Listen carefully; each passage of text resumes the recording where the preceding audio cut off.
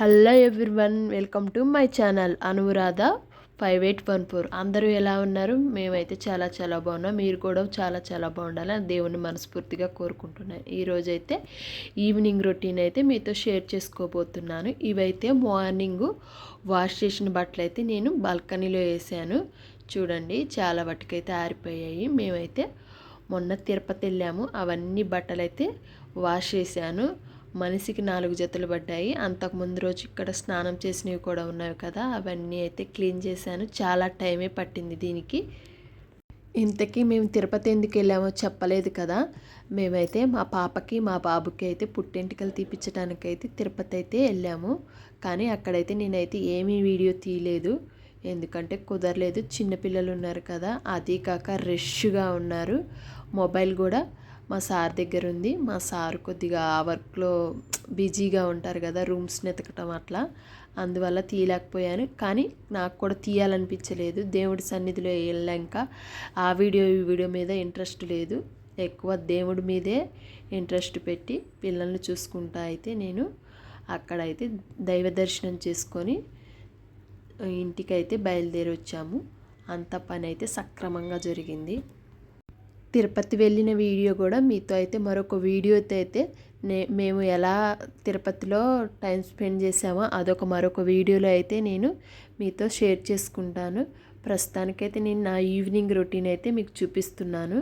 ఇవన్నీ అయితే బట్టలు తీసేసి ముందు బాల్కనీలోంచి తీసేసి మంచం మీద అయితే అన్నీ వేసేసాను. చూడండి ఎన్ని బట్టలు అయ్యాయో. నా లక్కు వర్షం అయితే లేదు, అంటే వర్షం ఉంది కానీ ఎండ పొర అయితే బాగానే వచ్చింది. వర్షం వల్ల నాకైతే బాగా సేవ్ అయింది.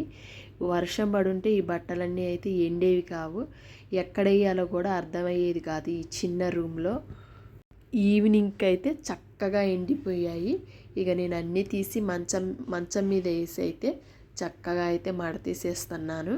వేసేసి ఎవరి వాళ్ళవి అయితే నేను ఒకవైపు మడత పెడుతున్నాను. ముందైతే మా సారీ మడత పెట్టాను.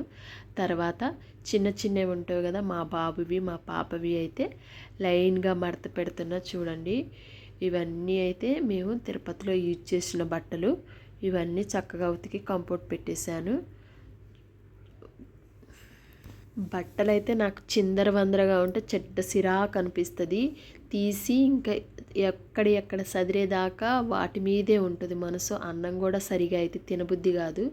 ఇప్పుడు అవి ఎప్పుడు ఆరుతాయి, ఎప్పుడు ఆరినవన్నీ మడత పెట్టి ఎక్కడ సదిరేదాకా తల నొప్పిలాగే అనిపిస్తుంది. దాని మీదే మనసు పోయిద్ది, నిద్ర రాదు, అన్నం తినబుద్ధి కాదు. అసలు బట్టలు అయితే ఏ రోజు ఆ రోజు ఉతికే వరకు మనశ్శాంతి అయితే ఉండదు. అదీగాక ఇప్పుడు వర్షాకాలం కదా, ఎప్పుడైతే ఉతకటమే చాలా మంచిది. పెండింగ్ అనేది వేసుకోకూడదు, ఆబ్సెంట్ అంటే వేయకూడదు. ఒకవేళ ముసురు పట్టిందనుకో మన పని అయిపోయింది. అందుకని ఏ రోజు ఆ రోజు డైలీ వాష్ చేసుకోవటం చాలా అంటే చాలా మంచిది.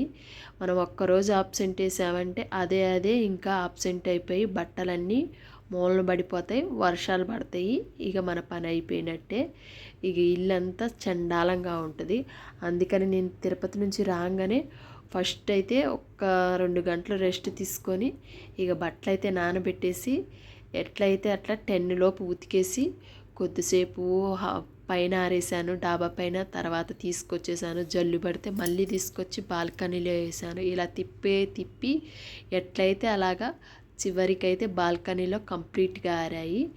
ఇక తీసేసాను. ఈవినింగ్ 6కి తీసి ఇక మడత పెట్టడం మొదలుపెట్టాను. ఈ ఉతకటమే 2 గంటలు పైగా పట్టింది. ఇక పిల్లలు ఉన్నారు కదా, వాళ్ళు ఇంకా పూసుకుంటారు కదా మట్టి అన్నాక, వాళ్ళే శుభ్రంగా క్లీన్ చేసి వాళ్ళకి కంపోర్ట్ పెట్టి వాళ్ళ బట్టలు అయితే క్లీన్ చేసి మా బట్టలు కూడా క్లీన్ చేసుకున్నాను. క్లీన్ చేసి ఇక ఎవరి వాళ్ళైతే మడత పెట్టేసి సెక్షన్ లాగా చేసి వాటినైతే సెల్ఫ్లో పెట్టేసి బ్యాగ్లో పెట్టాను. కొత్తవి ఒకవైపు, పాతవి ఒకవైపు అన్నట్టు సదిరేసాను. చూడండి, సదిరి అని చూపిస్తున్నాను. మడత పెట్టి ఎవరి వాళ్ళకి విడిగా పెట్టేశాను. చూడండి, ఇక మామూలుగా వాడే అయితే ఇక్కడ సెల్ఫ్లో పెడతాను. మా సారు డైలీ వేసుకునేవి ఉంటాయి కదా, అవన్నీ సెల్ఫ్లో పెడతాను. ఇక అక్కడ దండం మీద డ్రెస్సులు వేసే చూడండి, అవి అయితే కుట్లుడాయి. అవి కుట్టేయాలి, మిషన్ పెట్టాలి. అని అనుకుంటున్నా కానీ ఎప్పటి నుంచో అయితే చేయట్లేదు. దానికైతే ఒకరోజు ముహూర్తం అంటూ పెట్టాలి. ఇక నా డ్రెస్సులు కూడా అయితే సెల్ఫ్లో పెట్టేస్తాను. ఇవి చూడండి పిల్లల అండర్వేర్స్. ఇలా సెల్ఫ్లో పెట్టకుండా ఒక కవర్లో అయితే పెట్టేస్తాను. ఎప్పుడు కావాలంటే అప్పుడు తీసుకుంటాను. నేను ఇలా బట్టలు మడతేస్తుంటే ఒక పక్క మా పిల్లలకు హోంవర్క్ చేయించుకుంటా నేనైతే ఈ వర్క్ చేపిస్తున్నాను. వారం రోజుల తర్వాత మా పాప స్కూల్కి వెళ్ళింది కదండి. వారం రోజులు హోంవర్క్ పెట్టేశారు. పాపం ఆమె రాయలేక ఆమె పని అయితే అయిపోతుంది. కాసేపు రాస్తుంది, లెగుస్తుంది, అటు ఇటు తిరుగుతుంది, మళ్ళీ మొదలుపెట్టింది. అవన్నీ అయితే రేపటికి కంప్లీట్ చేయాలి. మా బాబుకి కూడా ఇంకా నేను స్కూల్కి అయితే పంపించలే, ఇంకా స్కూల్లో జాయిన్ చేయలే. నెక్స్ట్ ఇయర్ జాయిన్ చేద్దాం అనుకుంటున్నాను. అంతలోపు అయితే స్టాండింగ్ లైన్, స్లీపింగ్ లైన్ కొద్దిగా ఉంటాయి కదండి, బేసిక్స్ అవి అయితే నేర్పించాను. ఈరోజైతే ఏ రాశాను. ఏ అయితే చాలా వాటికి కంప్లీట్ చేశాడు. ఏ కూడా రాసి చూపిస్తున్నాడు. పర్లేదు, బాగానే చదువుతున్నాడు. ఇక మా పాప హోంవర్కులు చూడండి ఎన్ని పెట్టారు. ఏమయ్యా యూకేజీ ఏమో కానీ 10th క్లాస్కి కూడా సరిపోదు అనుకుంటే ఈ సిలబస్. ఈ హోంవర్కులు చూస్తుంటే నాకే భయం వేస్తుంది. ఇంతగానో హోంవర్క్ పెడతారా చూడండి. ఆమెకు సరిగా వార్డ్స్ కూడా వెళ్ళిపోయారు. ఇక్కడ బేసిక్స్ లేవు కానీ వార్డ్స్కి వెళ్ళిపోయారు. అలా అయితే మొత్తం హోంవర్క్ దగ్గర కొద్దిగా బట్టలు అయితే కంప్లీట్ చేసేసుకొని హోంవర్క్ అయితే కంప్లీట్ చేయడానికి వాళ్ళ దగ్గరే కూర్చోపెట్టి నేనైతే పాపని కొద్దిగా దగ్గరుండే చదివిస్తానండి. హోంవర్క్ అయితే ఆమెది కంప్లీట్ చేసేసాను. ఇంకా నైట్కి అయితే డిన్నర్ ప్రిపేర్ చేస్తున్నాను. కొద్దిగా అయితే రైస్ ఉంది. అలాగే ఊరు నుంచి వచ్చాము కదండి, ఏమి వెజిటేబుల్స్ అయితే ఏమీ లేదు. ఇంకా మామూలుగా ఇంటి దగ్గర నుంచి తెచ్చిన టమాటా చట్నీ అయితే ఉంది. ఎగ్స్ అయితే ఉన్నవి. ఇక రైస్ అయితే కొద్దిగా మార్నింగ్ అన్నం ఉంది కదా, పిల్లల వాటికైతే రైస్ పెడుతున్నాను. కొద్దిగా రైస్ పెట్టేసేసి చూడండి అట్టేసరి పెట్టాను. అంతలోకి అయితే ఉడుకుతుంది. నా కోసం అయితే అంట్లు వెయిట్ చేస్తున్నాయి. వీటిని తోమాలి. ఇక వీటిని తోమేసి నెక్స్ట్ వర్క్ అయితే మొదలు పెడతాను. చూడండి తోమేసింది అయితే మీకు చూపిస్తాను.